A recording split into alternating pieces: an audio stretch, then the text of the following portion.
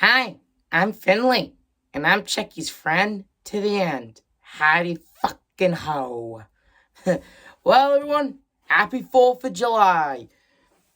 So I figured to celebrate it, I review the very first episode of Season 3 of Chucky. That's right, I'm no longer going to be saying Heidi freaking ho anymore, or I should have done it from the start and said Heidi fucking ho from the start. Anyway, let me tell you something. Season 3 was a very interesting season. And it did have its problems, but we'll get to that in future reviews. So how does this season begin? Well, it starts with this little boy waking up from a bad dream. He goes to the closet and hide where where his mother basically comforts him, and he's basically saying how ghosts are haunting him, and she tells him not to worry. There's no such thing as ghosts. Anyway, but he tells him his friend Joseph, which is basically a good guy doll, which we all know is Chucky. He's basically saying that ghosts are real, but the mother's saying to him there's not. So she puts him in, puts the doll all in the bed with him. You shouldn't do that, lady. Anyway.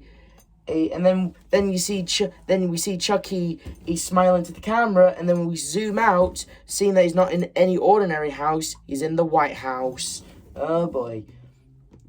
Anyway, and then a power goes out, and basically all the president, the first lady, and their two kids are ordered to go to the elevator. And then we get introduced to these characters, as we'll be seeing later in the season. They're either going to be, main characters or be future victims. 50-50. We get introduced to Gabe. I forgot his name. He's a rebellious teenage boy who likes to smoke weed, eat, and, that's basically a bit of his character. But he opens up more as the season goes on. And then we get introduced to... Anyway, he's basically just smoking a J, basically acting all cool and rebellious and all that. Until his bodyguard, gets him, and, they're taken to the elevator, where we see basically the actor who played Father Bryce and Jake's original dad playing as the President of the United States in this world, and the First Lady being the same person who played Sister Ruth. My God, that is awesome. So I really do like it that Don Mancini keeps bringing this actor back. And hey, he even brought another person who played in season 2 to come back. That's pretty cool. Anyway, they all get on the elevator, and they all bring the search dog on there, and he's barking at the Chucky doll. To quote a line from Ace Ventura. So, animals can sense evil. And to prove that all is truly evil, the lights go out, the security guard says, ouch, and when the lights go on, we see blood dripping from that dude's hand, thinking that the dog did it. Anyway, after that, we see Jake, Devin, and Lexi return, where Jake basically, he basically tells us how he's been doing, and basically becoming an influencer and stuff. Basically, he's showing us, he's back into art. And I gotta say, ever since the ending of season 1, episode 1, where his dad destroyed his sculpture, and we never see him do anything artsy ever again. And I gotta say, it's really refreshing to see Jake return to the life of art. Basically picking up where he left off. But instead of making a statue made out of doll parts, instead he's making a spider out of doll parts. But it's missing one component, a head. And he doesn't need just an ordinary head, he needs a good guy head. But those things are going extinct, so those things are very hard to come by. He said he'll pay if they find any heads, if they find any good guys, he will pay, and as he puts it, I really need to get my hands on that doll. Anyway, we cut to the president's family eating breakfast, and the boy Henry, he's basically reading a book he got from the gift shop about all the people who died in this house. And he even asks his dad to bring Joseph, his doll, or to work with him. And then, that's basically, Anyway, and so therefore he does bring the doll to work. And then we see another familiar face return, And the same dude who played Lexi and Caroline's dad and that creepy foot-loving doctor from Cult playing as the vice president. Again, it's just really fun just seeing old actors return to play something new. Sure, it's a little obvious of who these guys are, but still, it is kind of fun. And it is kind of funny, though, what would happen if we put all the previous characters that the actors have played in the same room together. It would be kind of funny in some ways. It would be like a Spider-Man pointing thing, you know what I mean? That would be kind of funny. Anyway, he asks about who's the guest, and, and James, the name of the president, he's very nervous about the doll because its name is Joseph. Well, we'll get more into that later. Anyway, we cut to Lexi, basically doing TikToks, and apparently she's dancing like a stripper on the internet just to get views from everyone. And she means everyone, because if she has to dance like a stripper in order to know the whereabouts of her sister Caroline, then fuck it, she's got to. Because she basically tells she basically tells the audience of who might be watching, perverts or just someone who's scrolling through TikTok. She basically tells them about Caroline being kidnapped on Christmas, and she basically tells Caroline, if she's watching, that she's gonna find her and bring her home and tell her to keep an eye out, make sure she's safe. Anyway, we get to see Henry and his bodyguard Theodore, aka Ted.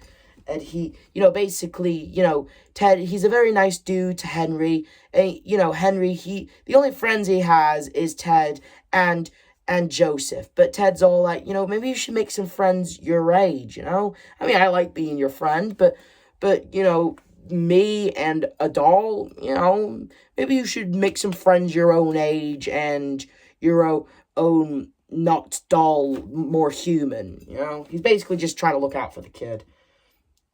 Anyway, we cut back to James going back to the office, and we see that the letter opener that he was using earlier being taken, and Chucky is in his seat. He asks everyone, was everyone in there, and they're pulling a prank on him. They all deny, and he gets even more nervous than ever. Anyway, what else happens? Oh yeah, anyway, Henry comes back from school. Well, Joseph is in his room, and Ted's all told to go get it. And, he goes and he finds the letter opener that's in Joseph's pocket, even though Anyway, and Chucky comes to life, and we all think he's going to use the thing to kill him. But no, instead he grabs his gun and uses it to shoot himself. I can't show you it, but let me tell you something. It caught me off guard. I honestly assumed he was going to use the letter opener to kill him. But no, he used his gun instead. God damn, rest in peace, he's Theodore, Oh, and, Anyway, and then we see Devin, that he's returned back to the life of podcasting, basically telling us about Chucky and, the killer doll, all stuff, and he even defended Junior, Jake's cousin, about how could he be responsible for all the deaths that happened back in season 1? How could he decapitate the principal and then return back to his seat so quickly? All I'm saying is, season 2 Jake would have loved this. Anyway, Henry's room is turned into a crime scene while Chucky's looking. Henry is wondering if Ted's ghost is going to come and possess him.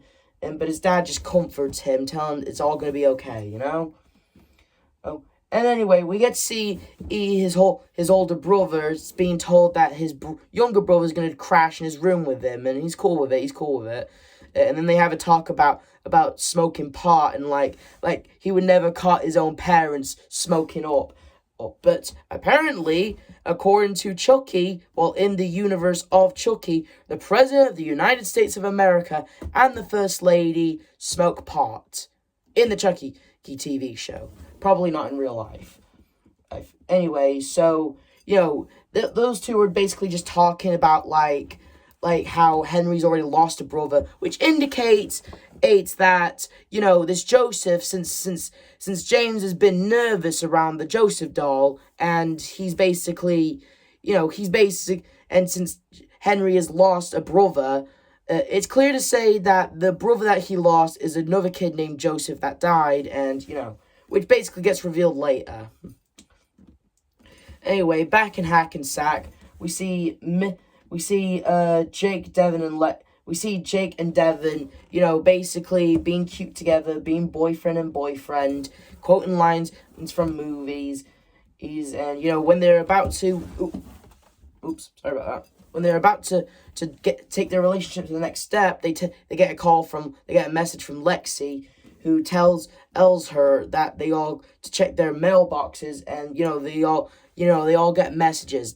Jake gets a message saying, "You're looking for a good guy doll," all that, and Lexi gets a text saying, "Hey, I'm really good with kids. Maybe I can find Caroline for you." And what did you get, Devin? Mine just says, "Fuck you, Devin." Oh, that sucks. Anyway, later on they get a call, which is revealed to be Chucky. And, basically, let's play a game. They're going to play into Chucky's game. Anyway, we see Miss Fairchild. Is that her name again? Or is it Farewell Child? Oh, I know it has the word fair and child in it. I know that's the name. Anyway, she's basically just looking after them, basically helping them out with their homework. Since after all, they've been going through some tragic, of course, taking school time off, but now, is the time to go back and do some work and catching up. But they're debating whether they should tell her or not about Chucky. And, anyway, while she's grading their grades, it's not really being easy for her being the mother of three and all, especially since they had tragic life. And Jake, Devin, and Lexi are wondering, where the hell is Chucky? Like, considering the fact that the call had so many zeros on it, surely he's in a government place. But then they look at the TV, much to their horror, and realize Chucky has somehow made it to the White House. And they must ponder of how the hell to get in and stop him. Well, we get this weird ass thing with the camera where it's going in around, and it's like, while they're talking, wondering how they're gonna get to DC and stop Chucky, the camera is just spinning around, and like, I don't understand what the hell. What kind of direction that was going with. I don't really get what the hell I was up with that. But they think of a plan. And that's the end of Chucky Season 3, Episode 1. And let me tell you something, it was really good getting back to the world of Chucky.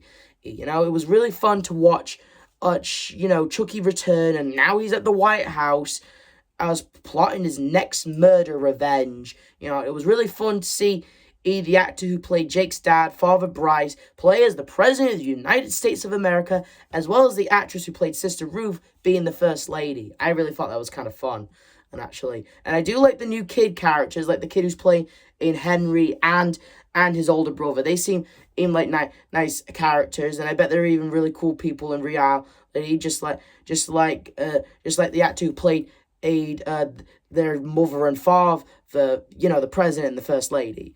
Whatever. It's really nice to see these new characters. It's really nice to see Jake, Devin, and Lexi back.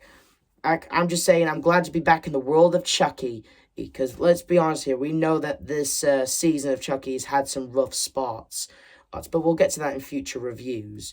For now, this is the F-Man Critic telling you to like, subscribe, hit notification, and happy 4th of July to everybody.